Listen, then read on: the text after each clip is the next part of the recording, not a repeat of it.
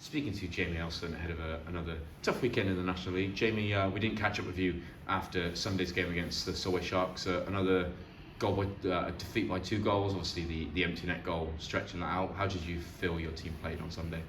Disappointing, unfortunately. I think the week before against Leeds, we played some of our best hockey of the year, and unfortunately we didn't quite do it for 60 minutes, and we've touched on that, but we didn't come ready to go on Sunday night, and I think we were disappointed that there's a team there that we've had a good battle with that team this year, and I think the teams are pretty even, us and Solway, and we didn't do enough to win. Didn't deserve to win because we didn't do enough. I think we played 20 minutes fairly hard, the last 20, and we showed again that when we want to play and we want to go, that we're capable. But the first 40 was pretty sloppy.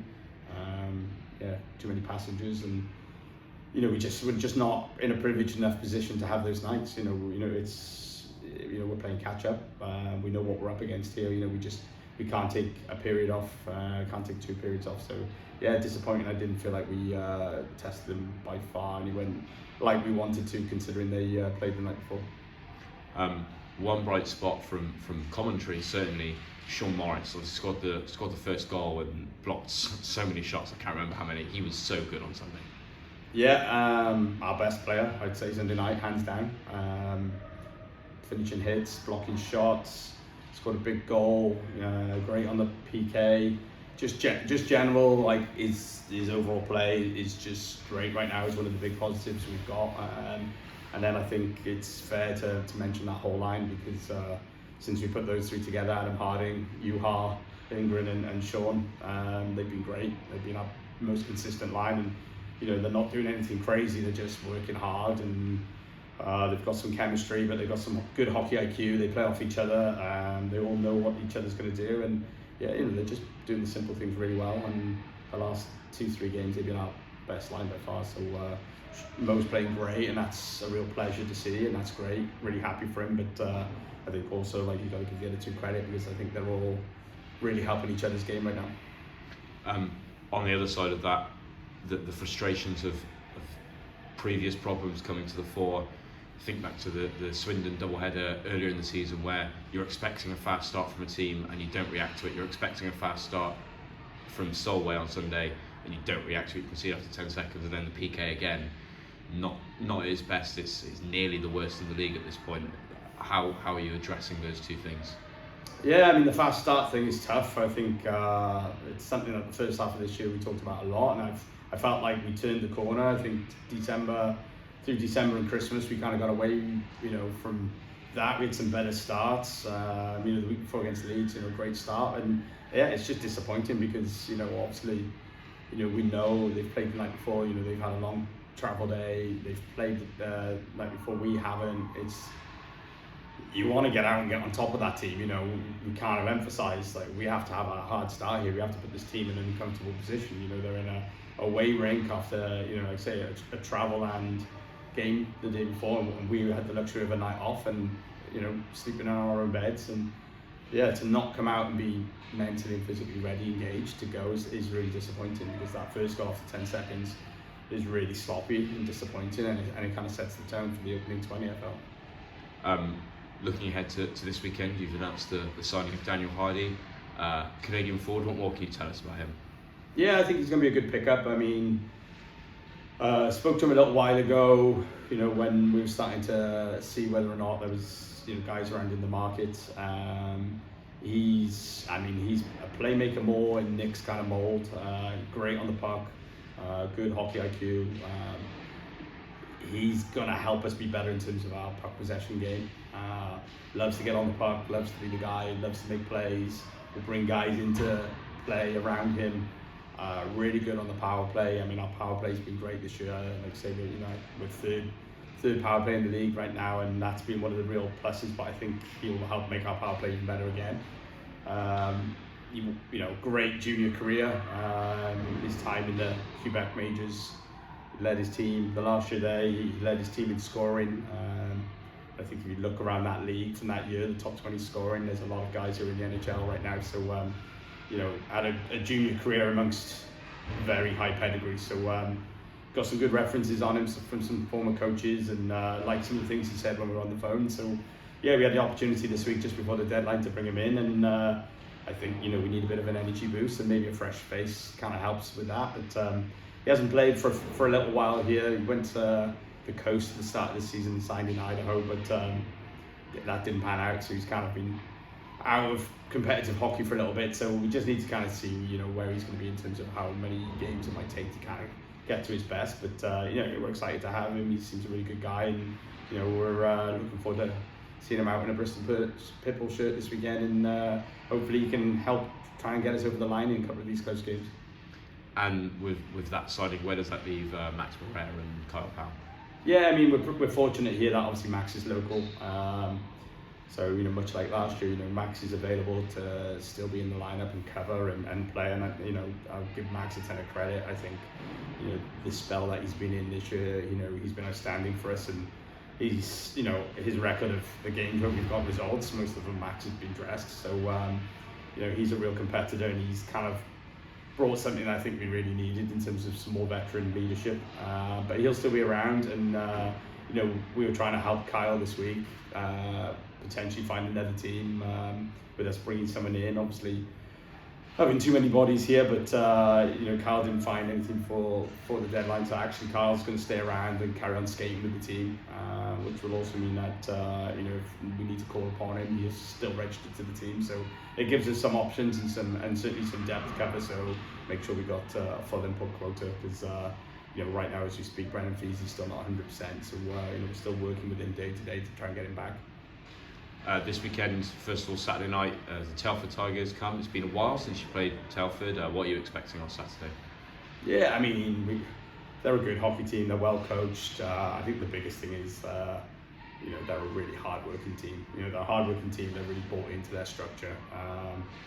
They've been a good team. They've had some success in recent years, but they do it by buying into their team structure. They're not flashy.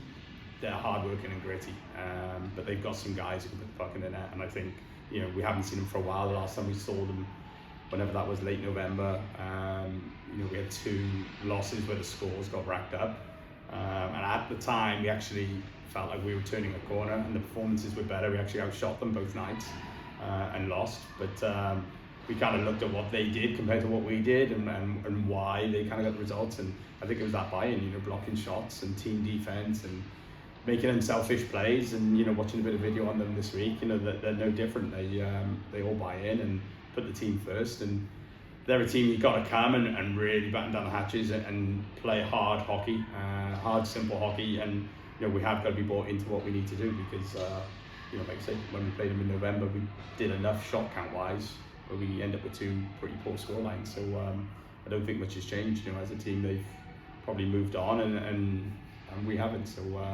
yeah, excited to play them. The games have been good against them, but they're a team that we really, we can't take them lightly. Does the goalie perhaps come into that? Brad Day is one of 2 netminders with a save percentage north of 900 this year that play regularly. How important is he to their success? Yeah, he's massive. Those 2 games that we just touched on, absolutely stood on his head in those 2 games. Like I said, we outshot them both nights in our rink and in their rink. We put a ton of shots on him in their rink on the Sunday night, and I think we come out, whatever it was, 8-0, 8-1. He's absolutely stood on his head for those 2 games. But like I said, they give the guys in front of him credit. They block a ton of shots, and they battle and compete, and they try and make his life easy. But then when stuff gets through to him, he does a job. He's a goalie who's got elite league experience, and he's won stuff with them in his league. He knows how to do it. So yeah, we've got to play a good game, and we've got to get pucks on net, but we've got to really make him work. Because in those 2 games, I thought we got a lot of pucks to net, but we probably didn't work them as much as we want to, and we've got to get to the dirty areas. We've got to get to net front and make sure any rebounds, anything that he's given up, that we're getting those into the back of the net. And I think that was part of the problem last weekend. We outshot Solway, but probably just didn't get to the net front and dirty areas enough. We kind of ran the perimeter and not hungry enough to go and get those goals when there was chances around. So is that something that perhaps when you look at video, you're showing the guys video from the Leeds game where you were very successful in you put 4 past Sam Gospel, and 3 of them are shots on the blue line that are screened or tipped. So is that something you're showing the guys this week? Yeah, I mean, we've been working on, some of the guys have spent a lot of time working on, our net front presence and screens and tips. It's something we do quite a bit on our skill day on Friday, but it was good to see Mo get that redirect goal against Leeds, because it's something he works on.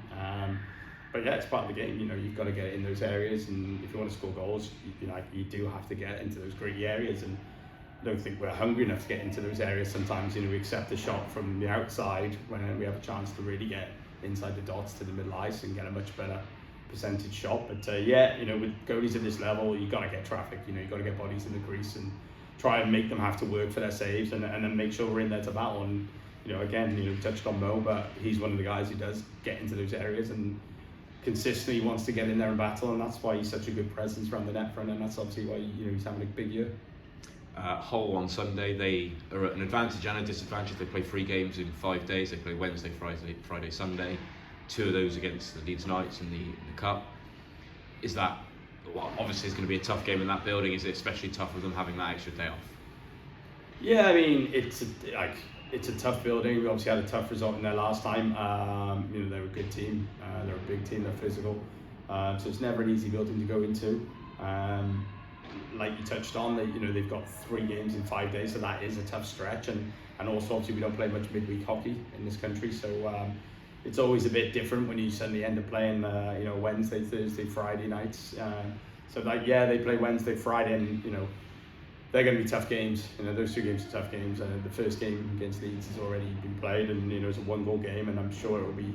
The return leg will be much the same. So from our point of view, I guess we're hoping to go in there Friday and maybe be in a position where they're a little bit fatigued from the week. But we play Saturday, and they have Saturday off, and then we have the travel. So you can't count on anything. They're a good team in that building. So we've got some work to do in that building to repair what happened last time, which was one of the lowest points of the season. We were really poor in there last time, and we've got to go in there and prove that that's not us, that's not who we are. So it's a big weekend at home, but that's a building we need to go into and show some character on Sunday night. And just finally, they announced the signing of Owen Sobchak a couple of weeks ago, or a few days ago. Is it good to see him again? Yeah, it's good for him. I mean, when he left us, he was looking to try and stay in the UK. That's always been something that's been big for him. So I don't think there was maybe an option straight away, or certainly an option that kind of worked for him. So the Sweden move was good, going back to an old team. But I know he's been keen to be back in the UK playing. So good for him. He's got the British visa and the potential British passport moving forward, and with his British family background, playing in the UK was always something that he wanted to do. So he's an impact guy in his league. We've seen that. So it's good to see him back. And looking at some of the scores and some of the points, he's had a hot start. So just hope that doesn't continue Sunday night. But then after that, I'm sure he'll have a strong year with him. Right, cheers, Jamie. Thanks.